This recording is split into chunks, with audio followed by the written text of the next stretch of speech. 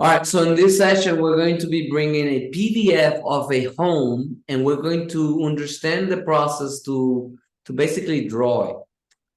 We're using our regular Revit template right here, nothing crazy. It's a flow template, but you can use any template you want. And I'm making the model of this home into the existing.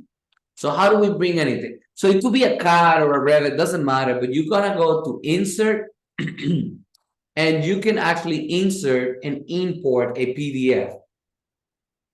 In this case, we're gonna find our path to our PDF, and we're gonna bring that lakefront home. You can pick what page you're gonna bring, and in this case, I'm gonna be bringing page 2 and 3. So I'm gonna start with page 2, and you can just drop it right in. And after you drop it, you have it, and you're like, "Whoa, that's awesome! It is awesome." So in this case, you have it right in. It's useful. The other thing I would do is scaling. How do you scale it? So you're gonna use something as a reference. Let's say this 8 feet right here, and you're gonna select this rectangle scale. And you're gonna pick from one spot to this other spot, and you're gonna say 8 feet. Boom. Now that's to scale. How do we know if to scale? You can just draw a line from one spot that you already know to another spot. And if it tells you 22.8, for instance, in this one, you know it's correct. This says 22, 23, 22.8. Remember? Darwin, Yes? can you select the PDF and then enable the PDF snapping? Excellent. So when you select the PDF, you can enable snaps to it because this is a rasterized, vector. So you could actually snap to it. And you can say DI. You turn it off. I did. Oh, now it's on. So you can actually do a line, and it's gonna select elements to the PDF. Now, one thing I wanted to tell you was, if you use the raster version, when you don't have a PDF, in this case you do, but sometimes you have an image, you can't really snap to them, but this PDF you can. So we're gonna do a perfect scale by selecting it and picking the actual points. From here, let's say from here to here. It is A. It was actually already A anyway, but you got it. So you could actually dimension to it and all that stuff. It's pretty cool stuff. It's really good. So what I do, in this case, I do have a Revit template that I'm using. Like, it has walls and stuff like that. So I could literally just grab this corner, disregard this log, like walls and things like that, and I can put it right there. And then you can trace on it. Now, my Revit template has floors and the walls are not transparent, so it gets a little complicated because you can't see it. So if this ever happens to you, you're gonna go to VG, you're gonna say walls, and you're gonna make them transparent. Now you can see through the walls. In this case, this one isn't. So you're gonna go back, VG, wall, but just make sure, because there's a surface and then there is a pattern. So you can make those invisible. Okay.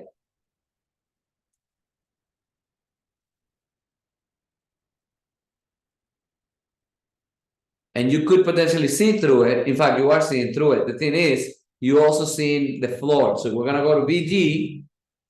You're gonna find the floor,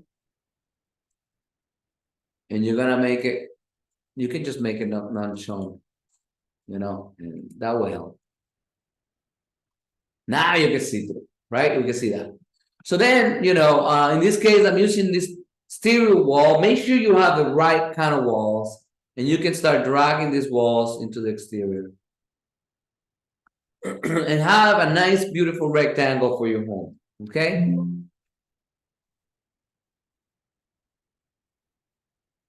Nice and neat. You drag it in, use shift, so that's straight, beautiful. Now, we're gonna replicate this as much as possible. We have no idea what walls they use, the real dimensions of them, but we don't know what they're made out of, right? So in this case, we're just gonna use an standard exterior wall for the exterior and a standard interior wall for the interior. So now we're gonna go into wall, into our properties, and we're gonna do an interior 2x4. If you don't have it, you'll have to make it. Have I told you how to make walls, guys? Natalie, have I told you how to make walls? Yes, maybe. If I haven't, well, I can teach you in another video if you don't ask. But in this one, we're just gonna trace our walls. If it's not in the right direction, you can say, flip it. I would make sure as much as possible. I don't know if the snap, yeah, the snap lets you pick the line. Boom. Boom. Boom. So you could literally start doing all these and make sure that the blue dash is going in the right direction. And we can just go straight with that one. Oops. Here it is, straight with that one. You can do a trim with this one and make sure it cleans up. You can snap to that. You can make sure this one's goes straight, and so forth and so on. And then you can start modeling all of these elements one by one.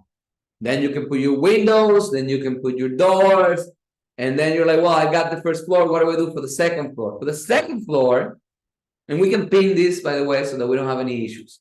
Because this is pretty standard. I already told you how to do walls, how to do doors, how to do windows, how to do stairs. So you should be able to do this. The thing that you probably wouldn't be able to do is to know what are the heights. Because this PDF does not give us levels. We don't have any levels, okay?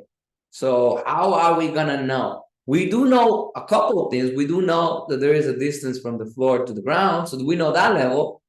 So that's good. So we could say first floor is 0, and then what is this? Minus, right?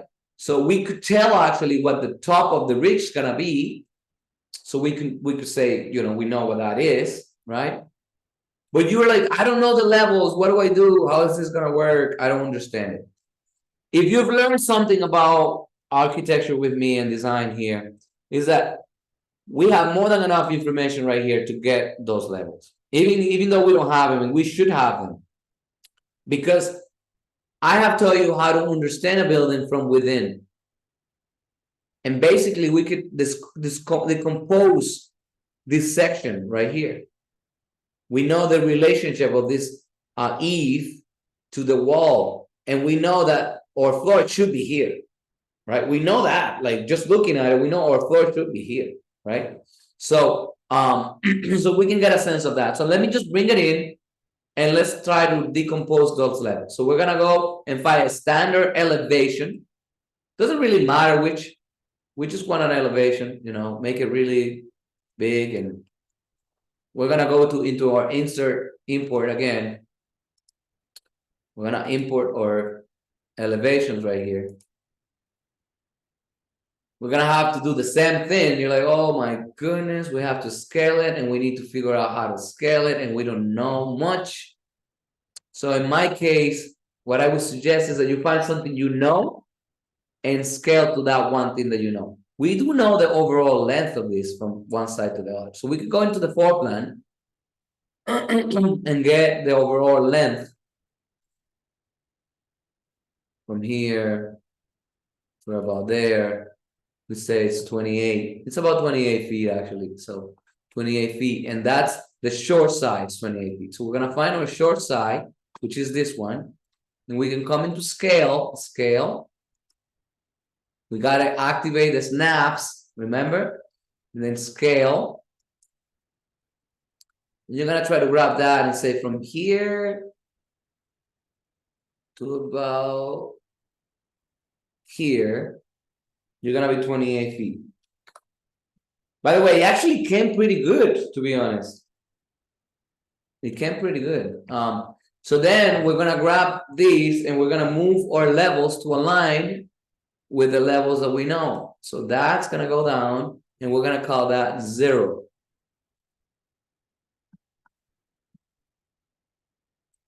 And then we can create another level that will not have a floor plan. You uncheck that, and you can actually pick this right here, and call that grade.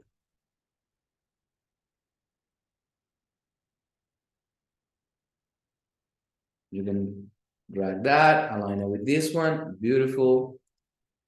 That's great. Then we know the first level, we know the second level is typical, which is funny. These are typical levels, and it looks about right, to be honest. Actually, no, because then you wouldn't have space for any members right here. It's close, but not cigar, right? It's really close, but not cigar. So we know those things. We know these. So why don't we just create another level that we're gonna call ridge?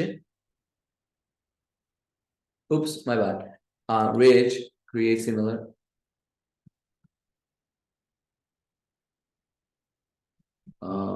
Let's try to pick a line. I guess we could pick that one. I don't know if I want to do. I want to do the tallest one, but let's just do this one. That's fine for now. It's not perfect, but it's close. So now we have our level there for a ridge. We're gonna name it ridge. By the way, I should have checked that we don't want floor plans with it. Remember how I did it with the other one? No floor plans, but I didn't do it. So we're gonna disregard that. Okay. Now, one thing I want to explore to help me out, we have this window. We know that there's typically a distance between the window and the floor, and that's given to us on our window schedules. So if there is a window schedule, we could probably easily know what the seal height of this window is if they provide it. Location, no. Rough opening, no. Are they giving us any seal? Nope, they're not giving us any seal, guys. Not at all, huh?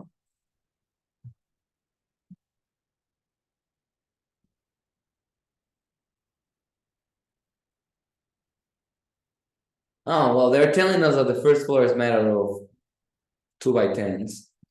By the way, that's wrong. What's wrong about that? Anybody? Yeah. Yeah. So that tells me already that that wasn't somebody that, well, maybe it was, but I don't think it was somebody that has lived in the United States and done construction in the United States, because you would never call it 2 inches by 10 inches. That's the nominal name, not the actual size. We've spoken about that before. If you are watching this for the first time, watch the other videos in our YouTube channel, and we can fix that. But I want to know the seal. I don't know if they provided. I don't think they provided, to be honest. Anybody sees anything? No? All right. They do tell us what the joists are, no? They don't tell us the size of the joists. The floor joists. Oh, every time I see that, give me a headache. Okay. So that's it. We're just gonna go back in here and just try to understand it. So I mean, just so you know, code is that from the seal, so that it doesn't need to be tempered, you go down 18 inches. Anything above 18 inches will have to be tempered. So I would want to say that probably 18 inches, but maybe it's 2 feet. But you're like, Darwin, you told us that we can decompose this from this section. How do we do that? So I'll do that right now real quick for you, okay? So I'm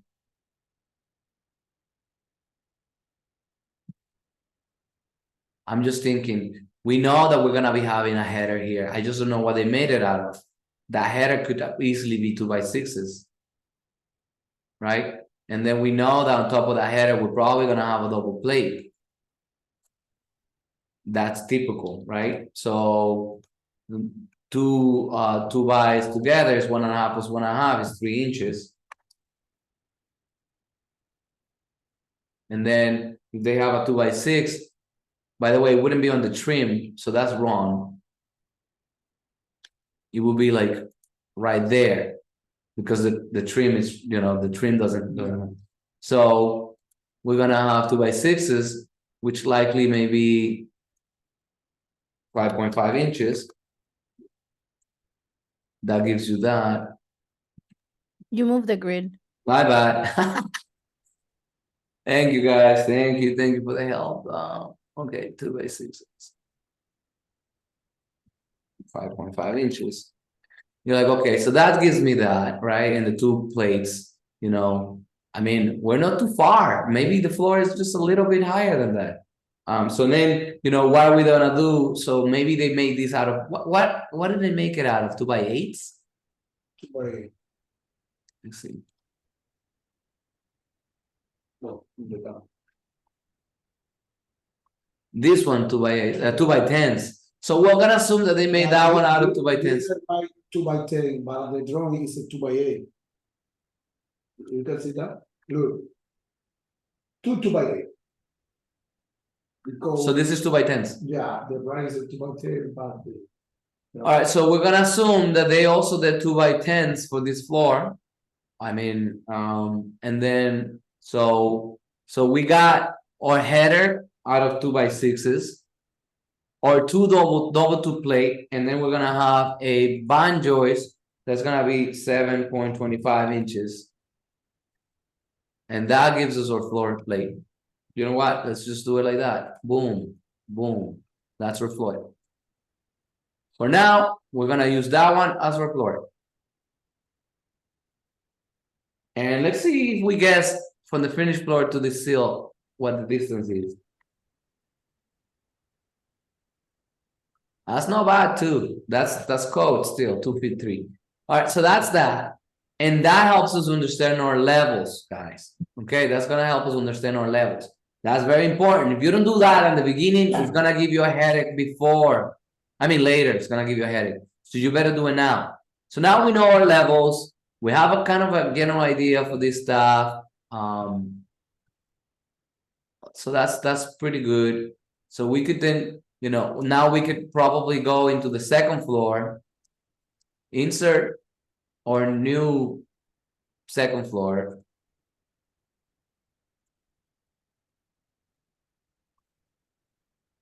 And is that the first? Oh, that's the first floor, right? Yeah. Yeah. All right, so let's bring our second floor. Oh, I did it twice the same thing.